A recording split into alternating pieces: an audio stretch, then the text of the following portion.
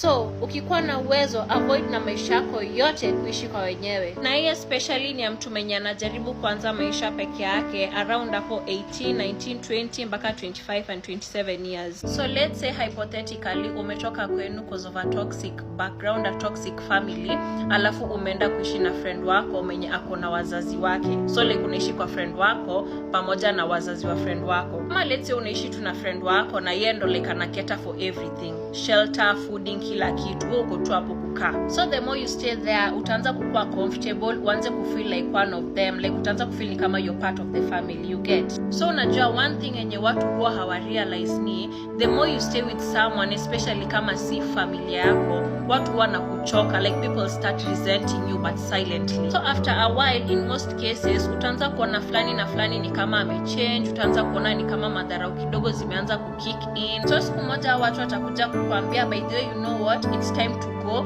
we share too. And the saddest part is that hawatakuwa wakiku any explanation as to why you should leave their house. And truly, you know what, at the end of the day, hawa hawatakuwa na makosa yote kukufukuza cause hapo ni kwao, wewe ndo intruder. So my point is, we kama umeamua kutoka nyumbani na kuanza maisha yako, achana na nyumba za watu. Hiyo kidogo yenye uko nayo, tosheka nayo. Kama unapata kidogo ya kujilipia rent, jilipie rent, jinunulie chakula, jichukulie mavazi kidogo, yani zile basic needs, na pesa yenye inabaki jaribu as much as possible kujisavia. Cause me kama kuna kitu nimelearn kwa hii maisha, and my mama ameshinda akiniambia maisha yangu yote, ni kwa wenyewe si kwenu. Hata ufanye nini, at the end of the day unaweza kuwa uko na best friend, uko na nani, but at the end of the day kwa wenyewe si kwenu. Na mtu anaweza kuamkia siku tu moja akudisqualify kutoka kwa maisha yake, na there's nothing that you will do. So it's better kukaa kwa hiyo bedsitter yako ama single room yako